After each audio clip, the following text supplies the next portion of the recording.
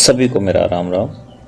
बच्चों, अभी तक हर घर पाठशाला के माध्यम से जो हमने 8th क्लास का सिलेबस पढ़ा है वो अब 50% हो चुका है। मतलब हमने हर घर पाठशाला के माध्यम से 50% सिलेबस जो है वो करवा दिया है। उसमें ज्योमेट्री भी है और पेंटिंग का भी आपका सिलेबस है। अब जो है वो FA2 का आपका भी पेपर होना है और नेक्स्ट मंथ जो है आपका SA1 का पेपर होना है। तो अब हम चाह रहे हैं कि आपको दोहराई करवाई जाए, तो उसके लिए हम शुरू से दोबारा से सारा सिलेबस अपलोड करेंगे। तो सबसे पहले हम इसमें जो है आपको परिभाषाएं दोबारा से करवाएंगे, क्योंकि परिभाषाओं के प्रश्न आपको बहुत ज़्यादा आते हैं। अभी FA2 में भी आएंगे, SA1, FA3, FA4 और SA2 में फिर आपको जो है आएंगे। खास करके FA में तो 5-7 ही परिभाषाएं आएगी, FA वाली जितने प्रश्न है, बट SA1 और SA2 के जो आपके परीक्षाएं होगी उसमें ये प्रश्न ज़्यादा आपके लिए आएंगे और कम मार्क्स के होंगे। आधे नंबर का 1 नंबर का होगा, तो इनकी संख्या जो प्रश्नों की ज़्यादा होगी। तो आपने इनको अच्छे से खूब जो है वो पढ़ना है और अपनी कॉपियों पे इनको लिखना है, याद करना है। चलो शुरू करते हैं। आज का हमारा टॉपिक परिभाषाओं का है। तो परिभाषाओं में कुछ बहुभुज की है और बाकी हम जो है वो वृत्त की परिभाषाएं पढ़ेंगे। तो बहुभुज की सबसे पहले हम परिभाषाएं इसमें पढ़ते हैं। सबसे पहले बहुभुज किसे कहते हैं? वह आकृति जो 4 से अधिक सरल रेखाओं से घिरी हो और जिसके 4 से अधिक कोण हो उसको बहुभुज कहते हैं।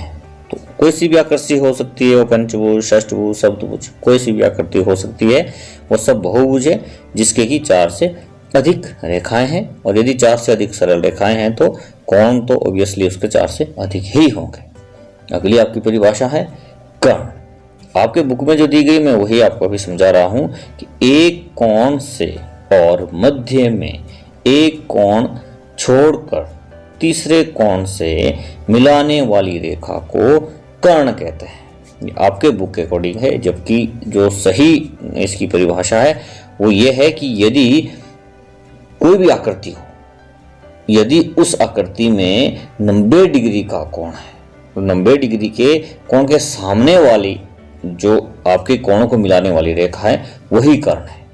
जैसे कि समकोण त्रिभुज है, आपकी आयत है, आपका वर्ग है। मतलब कि जो आप 2 कोणों को मिलाएंगे, तीसरा कोण छोड़ेंगे, तो तीसरा कोण छूट रहा हमारा बीच में है। जैसे आप देख सकते हैं ये इंडिकेट हो रहा है, ये कोण यदि 90 डिग्री का है तो उसको कर्ण माना जाएगा जो रेखा कोण को मिला रही है। यदि वो कोण 90 डिग्री का नहीं है तो उसको हम विकर्ण कहेंगे। ये कर्ण और विकर्ण को समझना बहुत जरूरी है।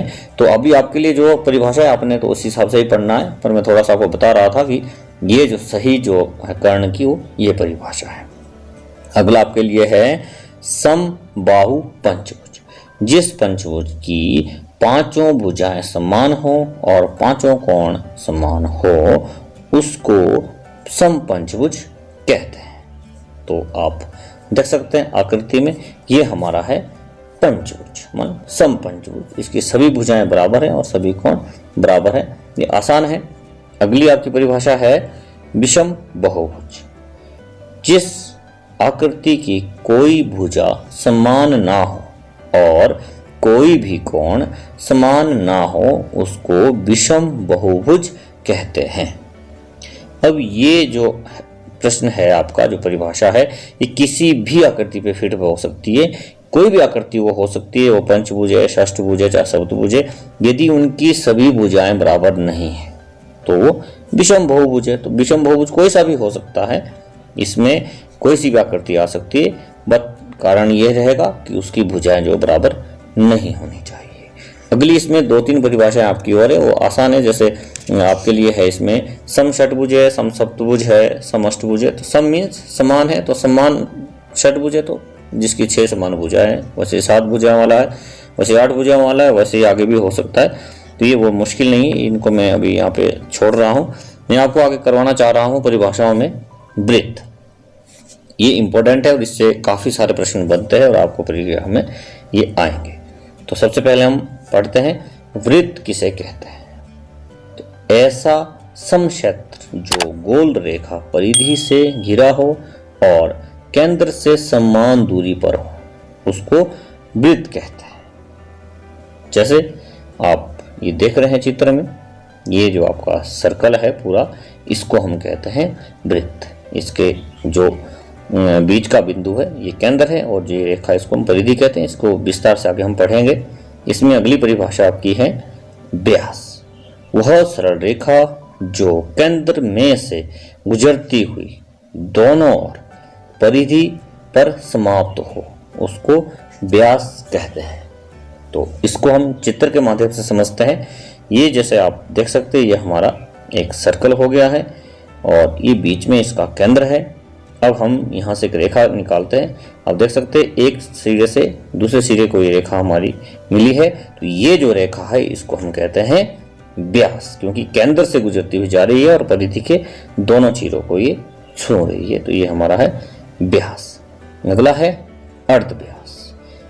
यह एक सरल रेखा जो केंद्र बिंदु से परिधि के एक सिरे को छूती है और व्यास से आधी हो उसको अर्धव्यास कहते हैं। इसको भी हम वृत्त के माध्यम से समझते हैं, चित्र के माध्यम से समझते हैं। ये हमारा वृत्त है। अभी हमने पूरी रेखा लगाई थी, अब हम सेंटर से आधी लगाते हैं, एक साइड को लगाते हैं। वो आप किधर को भी लगा सकते हैं। ये जो हमने रेखा लगाई है इसको हम कहते हैं अर्धव्यास, क्योंकि ये व्यास से आधा है और सेंटर से एक सिरे को परिधि के छू रहा है। तो इसको हम कहते हैं अर्धव्यास। अगला है परिधि। वह गोल रेखा जो केंद्र से समान दूरी पर गोलाई में हो उसको परिधि कहते हैं। आप देख सकते हैं ये जो हमने गोल रेखा लगाई है इसी को ही हम क्या कहते हैं, परिधि। हम वृत्त बोलते हैं, पर वृत्त की जो बाहर की रेखा है, ये जो काली रेखा है इसको हम कहते हैं परिधि, और अंदर का जो भाग है वो सारा पूरा इसको मिला के बनता है वृत्त। अगली परिभाषा है वृत्तखंड। वृत्त का वह भाग होता है जो चाप कर्ण और चाप से घिरा हो उसको वृत्तखंड कहते हैं। इसको भी हम चित्र के माध्यम से समझते हैं। ये हमारा एक वृत्त है, इसमें हम एक व्यास लगा लेते हैं या अर्धव्यास भी लगा सकते हैं। ये अर्धव्यास जहां पे वृत्त की परिधि को छू रहा है, ये जो इसके बीच का जो भाग है जो इंडिकेट कर रहा है, ये हमारा है वृत्तखंड। इसको हम वृत्तखंड कहते हैं। अगली परिभाषा है चाप। परिधि के किसी भी भाग को चाप कहते हैं जो अर्धवृत्त परिधि से कम हो। तो आप देख सकते हैं ये हमारा एक सर्कल है। अब हमने चाप लगानी है, तो चाप कैसे इसमें से निकालेंगे? ये सेंटर से ऊपर या नीचे किधर को भी हम ले सकते हैं। ये छोटा सा भाग ये हम देख सकते हैं, ये जो हमारी छोटा सा भाग है ये हमारी है चाप, क्योंकि परिधि से अर्ध परिधि से भी कम है। इसको हम कहते हैं चाप। अगला हमारा है जीवा। चाप के सिरों को मिलाने वाली रेखा को जीवा कहते हैं। अब हमने अभी चाप लगाई थी, ये आप देख सकते हैं हमारी है चाप। अब इसके सिरे को मिला देते हैं। तो ये जो रेखा चाप के सिरे को मिला रही है, ये पर्टिकुलर छोटी सी रेखा है, इसका नाम है जीवा। इसको हम क्या कहते हैं? जीवा। बहुत इंपॉर्टेंट ये परिभाषा है, आप इनको अच्छे से समझें और लिखें, याद करें, आपके बहुत ये काम आगे आने वाली है परीक्षाओं में। अगला है अर्धवृत्त। वृत्त के आध भाग को अर्धवृत्त कहते हैं। तो वृत्त का जो आधा भाग है उसको हम अर्धवृत्त कहते हैं। जैसे कि आप चित्र के माध्यम से समझे, ये हमारा पूरा वृत्त है, बीच में हम इसमें व्यास लगा देते हैं। तो आधा भाग ऊपर हो गया, आधा नीचे हो गया। तो आधा भाग ऊपर वाले भाग को भी हम अर्धवृत्त कहेंगे, निचले हुए भाग को भी हम अर्धवृत्त कहेंगे। ये वृत्त के दो हिस्से हो गए, तो ये हमारा है अर्धवृत्त। अगला है केंद्र। वृत्त के मध्य बिंदु को केंद्र कहते हैं। तो आप समझ सकते हैं ये हमारा सर्कल लग गया है, बीच में जो ये डॉट है ये हमारा है केंद्र, क्योंकि यहाँ पे प्रकार करके हमने पूरा जो ये सर्कल लगाया है, जो ये परिधि हमने लगाई है, इसको हम कहते हैं वृत्त का केंद्र, जहां से प्रकार करके हमने ये रेखा लगाई है। अगला हमारा है स्पर्श रेखा। वह सरल रेखा जो वृत्त की परिधि में किसी एक स्थान पर स्पर्श करें, उसको स्पर्श रेखा कहते हैं। इसको समझने के लिए भी हमें चित्र के माध्यम से हम इसको समझते हैं। तो ये आप देख सकते हैं, ये हमारा सर्कल है। सर्कल पे हमने यहाँ एक पॉइंट लगा दिया है और यहाँ इस पॉइंट पे हम लगाते हैं एक रेखा। इस रेखा को हम कहते हैं स्पर्श रेखा। अब ये कहीं से भी हो सकती है, किसी भी परिधि पे कहीं पे भी आप थोड़ा सा डॉट लगा दीजिए, वहाँ पे एक सीधी रेखा लगाइए, तो वो कहीं पे भी लगा सकते हैं, वो हमारा बनता है स्पर्श रेखा। अगला हमारा है अवधा। वृत्त का वह भाग जो चाप और जीवा से घिरा हो, उसको अवधा कहते हैं। अब आप समझ सकते हैं, ये हमारी है चाप। अब चाप को हमने मिला दिया, चाप के सिरे को मिला दिया, तो ये हमारी बन गई जीवा। अब चाप और जीवा से जो मिलकर ये सेट क्षेत्र बना है, जो बीच का ये हिस्सा है, इसको हम कहते हैं अवधा। तो ये समझना बहुत जरूरी है कि ये जो सिंगल लाइन थी, ये हमारी चाप थी, फिर हमने इसके सिरों को मिला दिया तो वो बन गई जीवा। अब चाप और जीवा से मिलकर के जो हिस्सा बना है, जो भाग बना है, जो घिरा हुआ ये क्षेत्र है, इस क्षेत्र का नाम है अवधा। अब इसमें दो परिभाषाएं और हमारी बचती है। पहली है भिन्न केंद्र वृत्त। जिन वृत्तों के केंद्र भिन्न हो उनको भिन्न केंद्र वृत्त कहते हैं। मतलब आप एक देख सकते हैं, ये आपका सर्कल बना हुआ है और ये दूसरा सर्कल है, पर पहला बड़ा सर्कल है उसका सेंटर पॉइंट यहाँ पे था, जो छोटा सर्कल है उसका सेंटर पॉइंट यहाँ पे। तो इनके अलग अलग सेंटर पॉइंट है, इसलिए इसको कहा जाता है भिन्न केंद्र वृत्त। एक ही वृत्त के अंदर है पर इनके जो केंद्र है वो भिन्न है, अलग अलग है, तो इसको हम कहते हैं भिन्न केंद्र वृत्त।